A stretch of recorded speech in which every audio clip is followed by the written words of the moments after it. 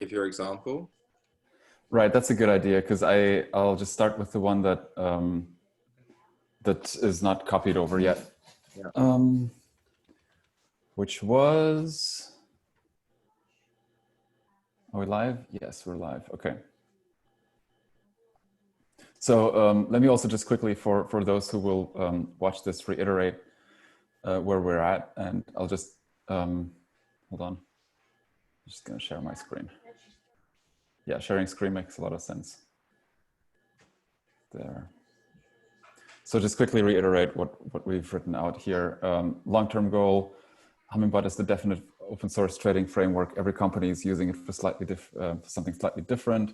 So in terms of like building on either strategies and bots or using it.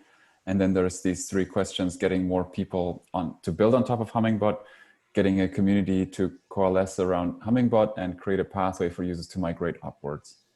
And based on this, there was this kind of user journey, or like vague user journey. It's normal that it's not like completely done at this point, but let me just kind of really quickly go over it, so it's a bit more context. So we're looking at developers and at people who are able to build on top of Hummingbot, or kind of maybe even get them interested in first. So it starts off with a website, they land on it, and they are exposed to something like an education hub, where they can see some basics, or also getting some info of if they're more experienced. Then they go into kind of some place where they can see, or maybe not even go into, but just generally see that there is a community and that there are contributions from users, and the contributions come from users. So maybe even examples of other success stories or partnerships, maybe a hint on some metrics, or and also on governance. And then we have kind of, it keeps going with them building a trading strategy on top of Hummingbot, and this way also contributing to Hummingbot, sharing it within the community. And kind of the ultimate goal of this whole is that they are engaged and part of the active community. So I had a couple of examples from different places. I think some of them you had already mentioned, or like some of you might have already mentioned. I'll just quickly see, because I had this one screenshot that I undersized. So it's like, is it still readable? Oh, it's actually still readable. Okay, but anyway, it's the first example was actually from Slack, because I thought that Slack has a similar kind of thing with their apps, and it's not the best example, so I'll go through over the other ones, but it's just generally presenting what it is.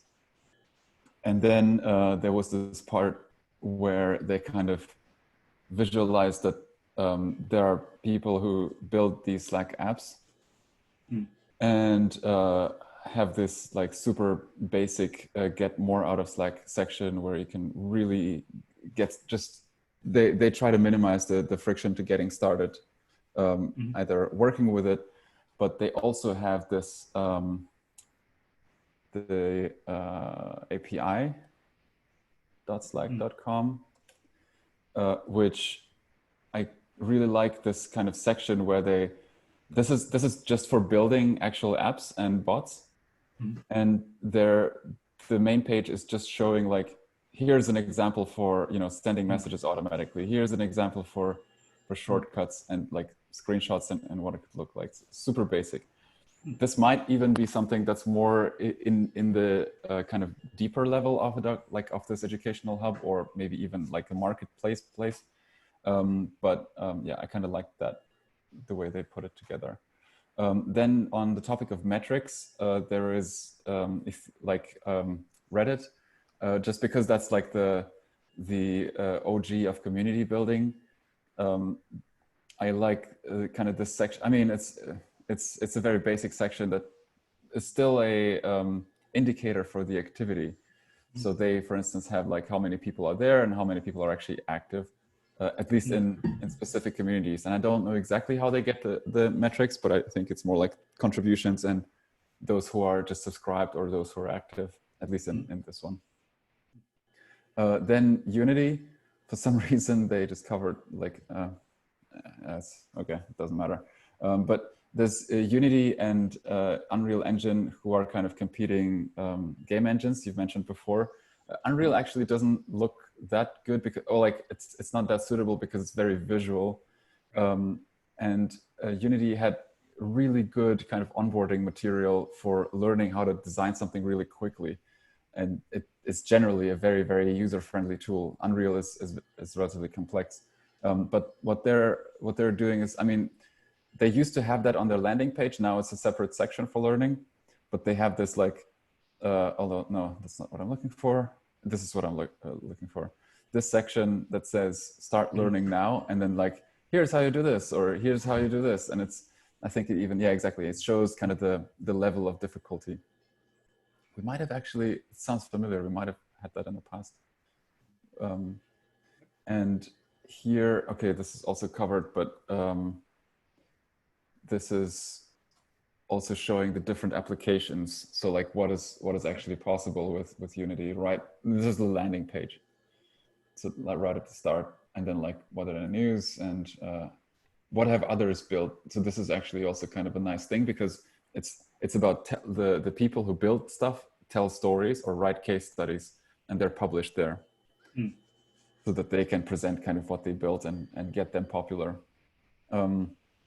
Then there's GitHub, which is a really like big open source, one of I think it's the biggest open source project. And they have these things that you mentioned also before, something like obviously logos, but I think, or what's that again? Yeah, so something like this built on GitHub, and then you can see like what has actually been built and kind of explore it. Mostly, I think I came because of this or like I used it because of this section. Yeah. Near, I like with Near that. So I think one of the things that might still kind of scare people off is that it's a CLI, or like that Hummingbot is a CLI. Like even when I spoke to Charlie, he was like, "No, it's a CLI. I've never coded or something." And it's like there's like 10 commands. You don't even have to like remember anything. Yeah. And Near kind of shows this little code snippet and like what it does right away. And I think the kind of showing something that even though it looks like code, but making it look super, super simple, that like this thing produces this outcome, might simplify this kind of understanding. And then they also have obviously this like really crazy thing. They're, by the way, also in a stage where they're very like putting a lot of effort into building a community, because they don't have that much of an adoption. Even though they're focused on the user experience for developers, but still most people are on Ethereum. And I think, yeah, okay, that's the long one.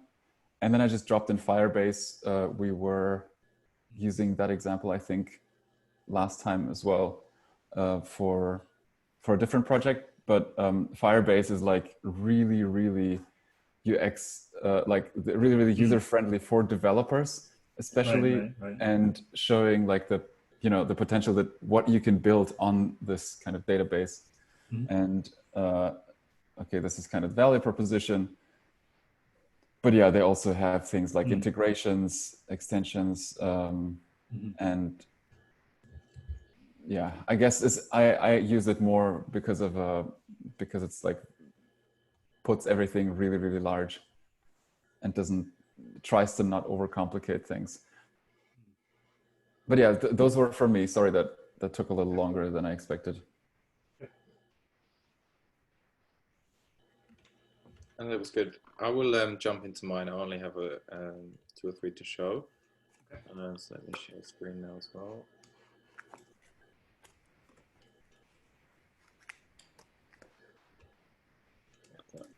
Allow it in my system preferences. Maybe Sergey, do you want to show yours next, and I'll just try and sort out my preferences while we do that? Yeah, sure. So then 1 second.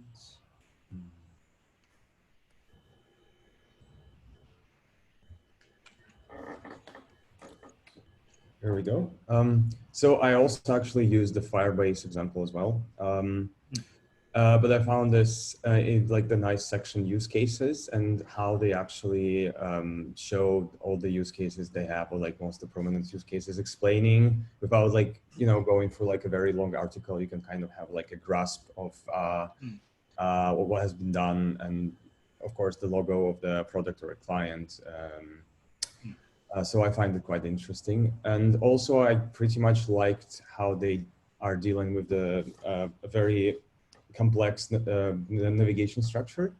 And they use like a few layers. Some of them are like horizontal, like some of them are vertical. So you kind of like, you don't, if you're in the documentation section, you don't have to like go completely. If you like go into samples, maybe like you will have to go back to guides or whatever, but you actually can easily switch between them. I think it's cool, especially if you have like a very complex structure on the website.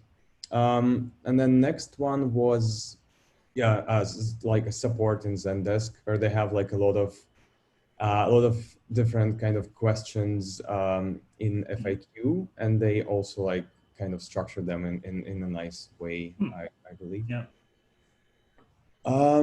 Next one is Help Shift, is also like kind of like a Zendesk, and this is like basically some case studies being compressed into just one sentence, which is also like a nice way, maybe like, you know, show off some logos and like explain what was going on there. Crypto Hopper, it's yeah, I believe it's one of your competitors. And why? Yeah, no. Not really, actually. It is sort of is, but it's because it's like a different type of trader that uses like these commercial kind of bots, and it's mainly because number one, these bots can't do market making because of how they're set up. So it's kind of like, also basically the way these work is that it's like they basically have API key to the exchanges, and you're basically essentially giving them money and hoping that they kind of run it on your behalf. So we find that a lot of users, a lot of the crypto native people are very concerned about security. So it's like they basically almost like kind of rule out these kind of bots, like almost by definition. Yeah. So that's one reason, and also that includes all the hedge funds as well. So if you're a hedge fund, there's no way you would use this kind of product. So that's why it's kind of like I honestly we're totally happy for the retail traders who who need like a GUI and need a lot of like who just like they don't want to use the app. We're happy for them to go to like Crypto Hopper or like I think they're called 3 Commons right now. We don't need those users yet because we feel like the way we're going to win is through like the serious algo traders, and then go up market with hedge funds.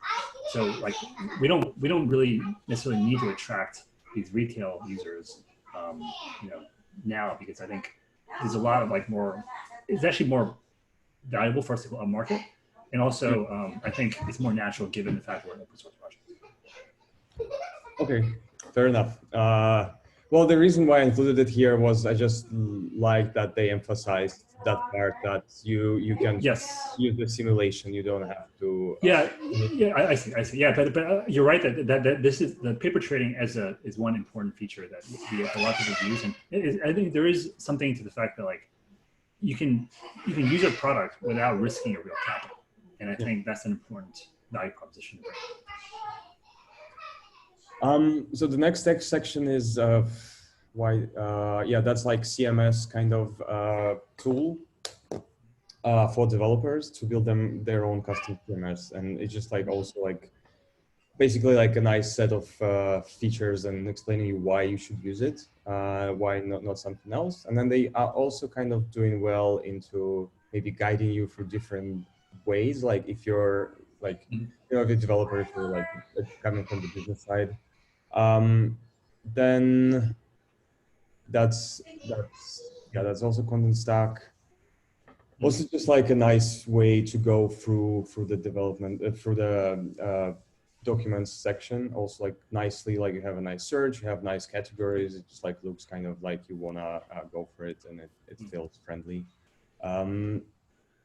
Intercom, yeah, it's like a Zendesk kind of thing, but I don't know, more well designed. That's also like a huge section about their clients and their case studies, like very well designed. Also in Intercom, yeah, they have like some kind of, what I thought about is actually showing to people maybe some like code snippets in a nice, friendly way, that to show them like, okay, you know, like you don't have to, I don't know if you have to learn a lot to start doing scripts. Like, I mean, Python, like, I don't know how complex your API is, but if it's not very complex, then maybe. Yeah, so I think, I mean, I would say we might be able to do this. It's just that I think that it's kind of like, it's like yes, we could show an example of a script, but it might be like more advanced. That's kind of more advanced functionality. I think we could think about doing something like this where we show like some type of like running live thing. I don't think we should build, because like a lot of this would be like actually building a live, like a real working visual kind of like, you know, demo sandbox would actually be quite a lot of effort. So I feel like right now, I'm not sure we can really afford that effort right now. But we might be able to do something with like a GIF of like, you know, a showing how easy it is to run Hummingbot. So I would say, like to Andre's point earlier, I think a lot of people assume that because it's a command line app, you have to like be a coder in order to use it. But the reality is there's like 5 or 6 commands. And then all you're really doing is answering a bunch of questions, and then you're using the start command to like start the bot. Yeah, so I would hide this part here. Okay. Yeah. Yeah. So I do think there's an opportunity to like to kind of like use either a video or a GIF or some pictures to like images too, or even like a light kind of front end type experience to show people how easy it is to actually get started. Yeah. And I think the last thing is I think I have seen it only the first time. It's like it's a huge documentation base, but where you kind of like start to select different categories, and you say like ebook and like report, and then you get articles that are only related to these categories. So it's not like you have just like one, but there's kind of like cross like, I don't know, it's like the sections are intertwined, and I kind of think Right. it's interesting. Yeah. Okay. That's it. I'm gonna stop share the screen.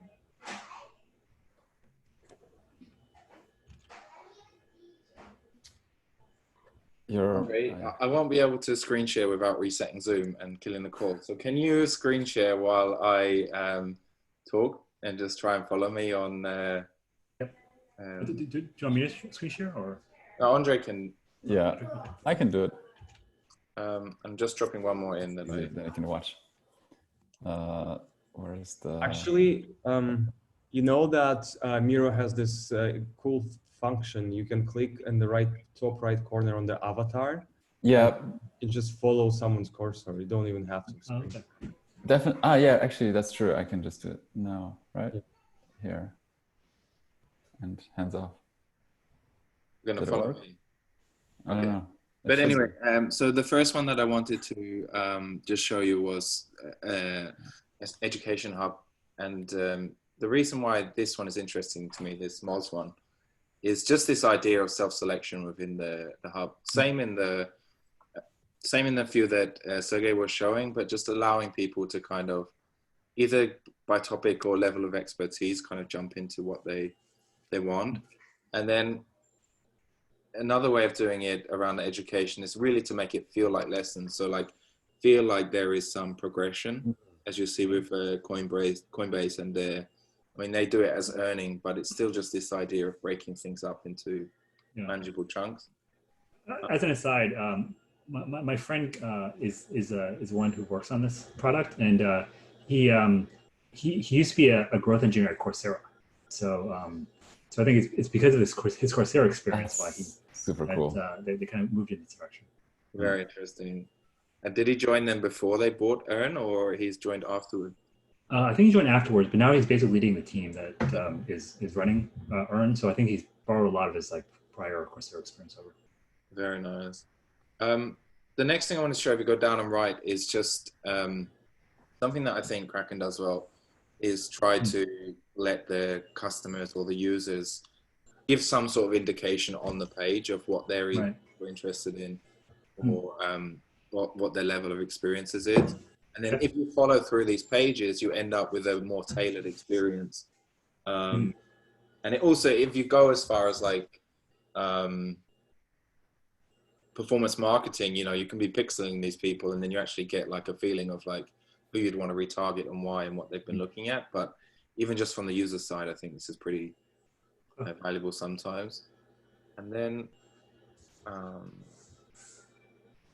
just had a couple of community examples. So up to the top right, of course, we all know Stack Overflow, but just this idea of like having your input rated can be another way of encouraging behavior, especially if people are really contributing well. But of course, just like this and the one to the right, which is even more like chaotic than Stack Overflow, takes a lot of management, you know, like you end up spending half your life making sure everything's appropriate, but the options are there. Yeah, actually, this is where, to be honest, I would say we're actually doing all this right now on Discord. And we have thought about, should we try to have like a discourse forum? We actually tried this in the past, but we found that it was like it was like people just weren't using the forum because everyone was just sticking on Discord. So I think it's kind of like we actually do have this right now, but it's just not on a visible public place. Instead, it's like on a private channel. So we have been thinking about, should we actually do a forum like this or do something that's like extra in order to like kind of, you know, make our community more public. But at least right now, it's like I think we're kind of like also don't want to like, you know, change something that's kind of working on Discord. So we're trying to, at least for now, like kind of essentially to throw up our hands in there and say, fine, we'll send them to Discord, even though it's not obvious to the external world what's going on in the community. Yeah, I mean, the interesting thing is like, even I've been giving some advice to Trust Wallet in the last couple of weeks. Even the discourse is still a little bit hidden. Like, people find it and they interact with it and it's great, but it doesn't surface things in the way that I think they need to be doing, or maybe you want to be doing. And maybe I agree. The recommendation I gave to them was just, what about just trying to monitor what's going well in the discourse or in Discord, and then find ways to pull that out, right? So just identify the people who are interacting well. And if they say something really smart, like, oh, hey, that was really smart, do you want to write a whole article about this? And, you know, a bit more organic. Interesting. Interesting. Yeah. We talk about more like later on, because I'm actually really curious, like, you know, kind of like to draw down on that, because we actually have this a lot. Like, this is kind of like where most of our contributions are coming from community members who are on Discord, and you know, a lot of them just like, for instance, we had one blog post from a user who he one day in Discord, he wrote up like, he spent like a couple hours and just wrote up this whole like treatise on marketing, including graphs and charts and showing how it works. So we turned it into a blog post, and then recently we actually hired we just hired this guy as a part-time like content strategist. So now he's going to be creating one of these articles every week, and so that's an example of where like I do think that our community members are doing a lot of these like contributions, and I think we can easily pull out lots of contributions like that. But I think for now it's like, we just don't have like an organized way of doing so and making that obvious on the website. Yeah. Maybe that's also something the content guy can start to strategize around while he's writing. But he's actually putting together an educational hub right now. Sorry, one second, okay. So, actually, because I'm supposed to take my daughter swimming right now. Just give me 1 second, and I just tell them. I think we're almost done. Is there anything after this that we No, this is really it. And sorry, we're about 30 minutes behind. Yeah, no problem. So let me just tell them. I'll probably be in another 10 minutes. So 1 second. Yeah, I'm just running before right now, so another like 5 minutes. I'll just